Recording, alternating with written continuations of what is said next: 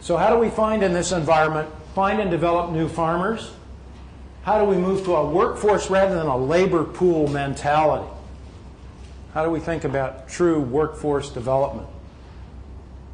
How do we think about all of those people, all the human resources working in this food and agriculture system as a part of an engine for economic development?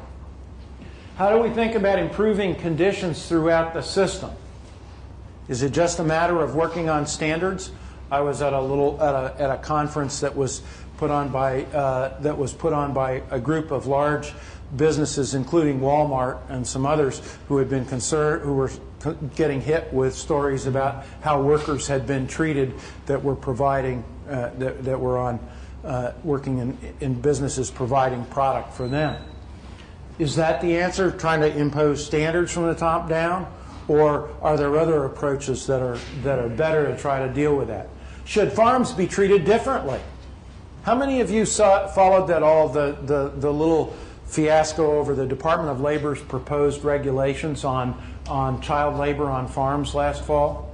I see a couple of hands. We have a long tradition in this country of agricultural exceptionalism in many respects. And in labor, labor is one, and on-farm family labor has been a really sort of sacred thing. And that really created a huge uproar. How do you try to deal with issues like that? Because there are real issues. And we're a part of a farm safety network, and really some pretty horrible stories and accidents waiting to happen because people haven't always done the right thing. What's the answer? Is it more regulation? Is it better education? We need to think about that in the context of policy. And should farms be different than other businesses? Increasing productivity and value in the system. And by that I don't mean just output. Productivity is a word that gets, I didn't define that one. That's a talk for another day. We're doing a lot of work in productivity space. People tend to view that as just in pursuit of jamming more inputs into the system to get more output. It's not. It's about input-output relationships.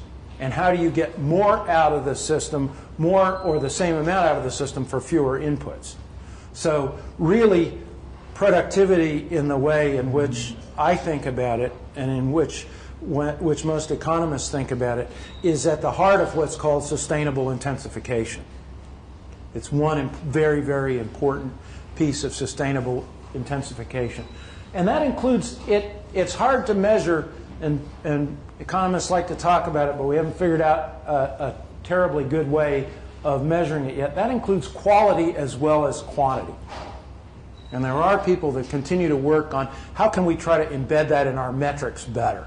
It goes all the way to our concept of GNP accounting. And it's a huge empirical challenge, and not one that will be solved soon. But it's a part of this concept of our need to increase productivity and value in the system. And then the just distribution of that value. How do we have a set of institutions that help us to have a just distribution of that value?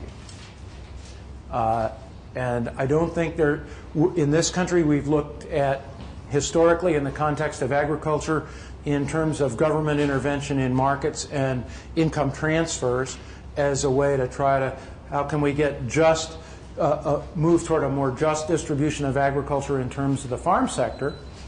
And what might have worked in the 1930s, and I think arguably it really didn't work as well as a lot of people thought it did, but what might have worked in the 1930s certainly doesn't work in 21st century agriculture.